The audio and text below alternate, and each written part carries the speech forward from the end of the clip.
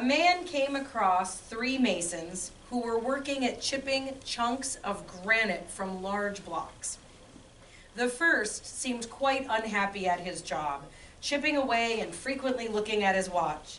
When the man asked what it was that he was doing, the first mason replied rather curtly, "I am hammering this rock and I cannot wait till I get to go home." A second mason, seemingly more interested in his work, was hammering diligently, and when asked what it was that he was doing, answered, "Well, I'm molding this block of rock so that it can be used with others to construct a wall. It's not bad work, but I'll be glad when it's done." A third mason was hammering at his block fervently, taking time to stand back and admire his work. He chipped off small pieces until he was satisfied that it was the best that he could do. When he was questioned about his work, he stopped, gazed skyward, and proudly proclaimed, I am building a cathedral." 3 men, all doing the same job, but making very different meaning out of their situation. Our lives are shaped by the stories we tell. As we look at our own lives and how we spend our days, do we look at them and say we are hammering rocks, or are we shaping a cathedral? The stories we tell about ourselves individually and collectively matter. How do we tell the fullest story we can of who we are? How do we leave room for new stories to be added? How do we allow others to come into the fullness of their stories as well?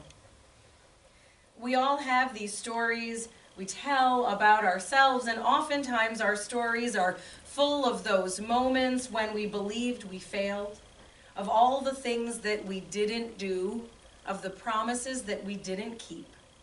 These stories do not leave much room for possibility, and many times do not allow room for hope or growth or new learning. They're stories that cut us off from the fullness of life and potential. The research psychologist Tim Wilson, who looks at narrative therapy, tells us that good stories are ones that give us a sense of purpose in life. We feel like we're working towards something and we're making progress. It helps us find meaning in our experience. A good story is one that helps us make sense of life. Our lives and their pathways are not fixed in stone. Instead, they are shaped by story. The ways in which we understand and share the stories of our lives make all the difference. If we tell stories that only emphasize desolation, then we become weaker. If we tell our stories in ways that make us stronger, we can soothe our losses and ease our sorrows. Learning how to re-envision the stories we tell about ourselves can make an enormous difference in the way we live our lives. Now, since the age of 7, I've carried a story that was given to me by someone else. It was given to me by my first grade teacher, Sister John of the Cross. Now, I have very few memories of my childhood, and unfortunately, it is ones like Sister John that stick with me. On this fine day, we were coloring a picture of some sort, and I colored my whole picture blue. Now, my best friend, Joey Nido, had pulled out his box of Crayolas, and he was going to town. He had every color from the box on his page. Now, Sister John of the Cross pulled the 2 of us up to the front of the room with our pictures to talk to the class about creativity.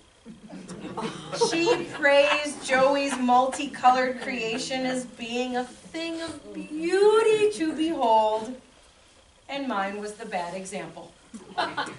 The only time she talked about it at all was as the thing not to do, and pointed out that blue wasn't a very good color anyway. So for years and years, I carried her story as my story. I was not creative, I didn't know much about color, and art and beauty were things best left to others. Now, narrative therapists would call this story a thin story. Thin stories are those that don't seem to have much complexity. They're often imposed on us by other people, parents, teachers, those in authority. Because of that authority, we accept this story without question.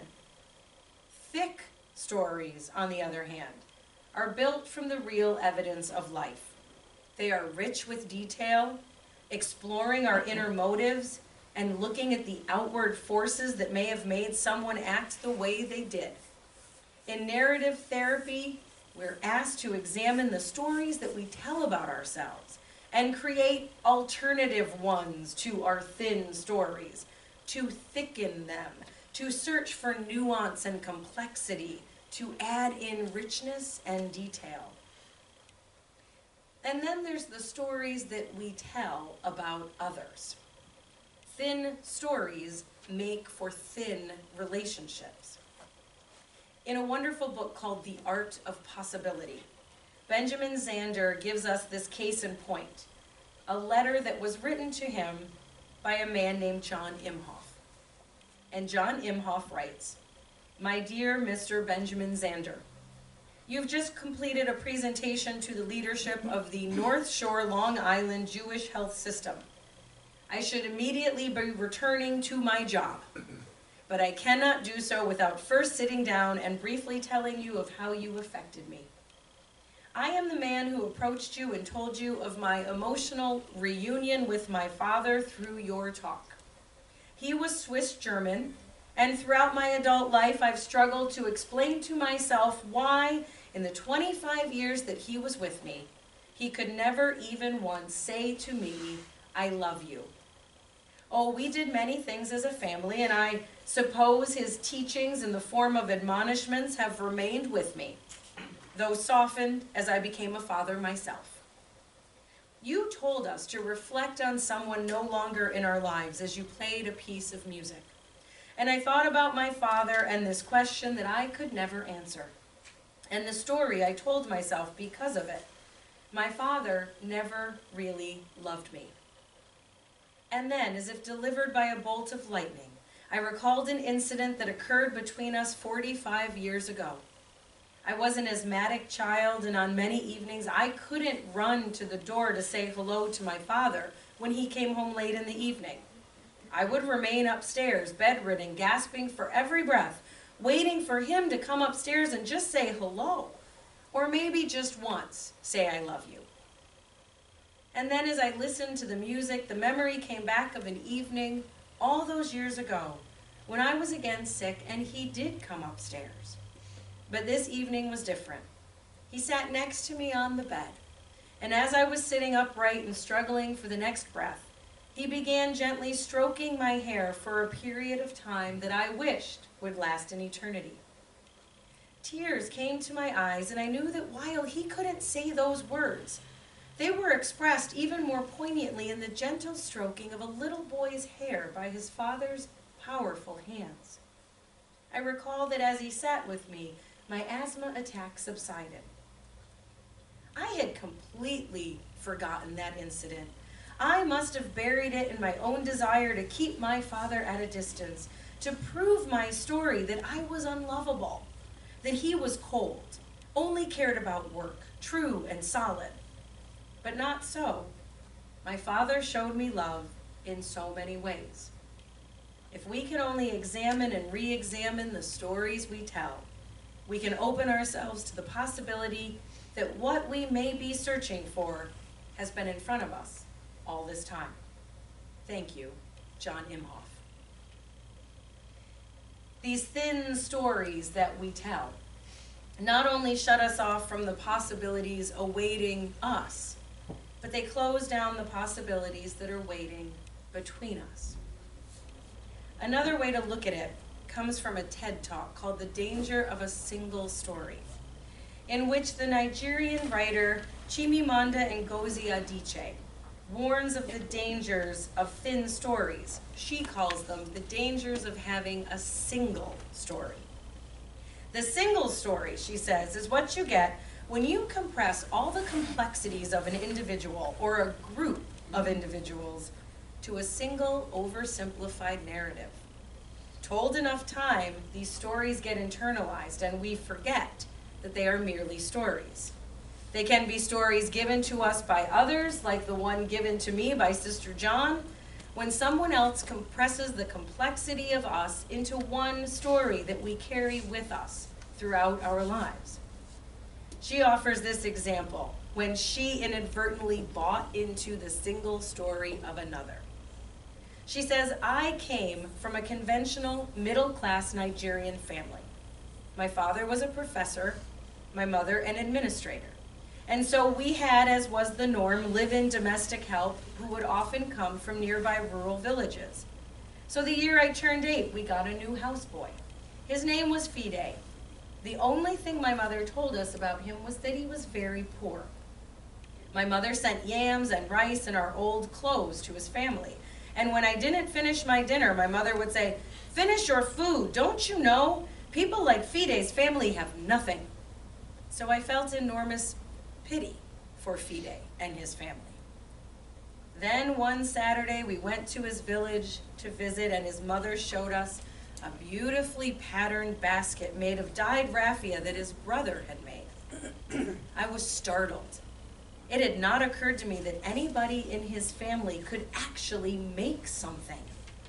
All I had heard about them was how poor they were, so that it had become impossible for me to see them as anything else.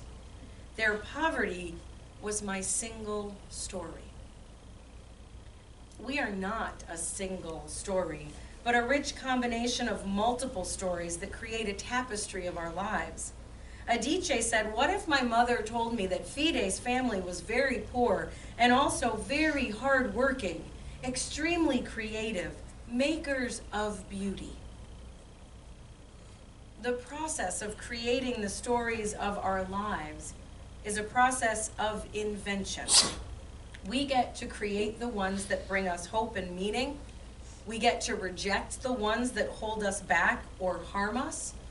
And when we realize these stories of ourselves are in fact stories, we can change them, adapt them, add to them, make them more complex. When we create thick stories for ourselves, we are recognizing all that we bring, our strengths and our talents. We can find freedom and new life in these stories, and we can help others find freedom as well. When we recognize that we are each complex and dynamic, that we are each multi-storied, then we are less likely to step into that trap of creating single stories for others. Years later, when Adichie left Nigeria for the United States to attend college, she recalled the story of Fide and his family when she met her first roommate, who was quite shocked by her. She asked, "Where did you learn English so well?" And she was surprised to learn that English is the official language of Nigeria. She asked if she could listen to Adichie's tribal music, and was disappointed when she pulled out a tape of Mariah Carey. She assumed that she didn't know how to use a stove. Her roommate had a story of her already written before she arrived, a story that was a kind of well-meaning pity. Her single story of Africa was one of catastrophe, of a people who couldn't do anything for themselves, who were waiting to be saved by a foreigner. So how do you create a single story, she asks? Show a people as only one thing over and over again, and they become that story. Tell a person that they are only one thing over and over again, and they will come to believe they are only that story. Our culture can tell thin stories as well, ones that do not reflect the complexities of our world. One of the most common ones is that we're a land of equal opportunity, that anyone can pull themselves up from their bootstraps if they are only willing to work hard enough. The reality, of course, is that our starting conditions dramatically impact our chances of success in life. Growing up in poverty means you are far less likely to become wealthy than those born in the middle class, let alone those born into wealth and privilege. We love to lift up the stories of someone who started out as the poorest of the poor and ended up with great wealth, and use these thin stories to show how this belief must be absolutely true. But the individual examples run counter to the broader reality. Income inequality and social mobility are both decreasing, and little is being done to shift that tide. Perhaps we need to rewrite the story. The stories we tell affect our own lives and affect what we believe is possible for us. They affect our relationships and what we believe is possible between and among us. And they affect our wider world and whether we believe that justice, freedom, and peace is really available for all of us. Stories matter. They have been used to dispossess and malign, and they can also be used to empower and to humanize. Stories can break hearts and souls, and stories can be used to repair and to heal. So may we be willing to consider and reconsider the stories we tell about ourselves, one another, our community, and our world. Let us tell thick stories, rich in hope and possibility. And in the telling, may we begin to make them true. I think we have a couple of minutes for congregational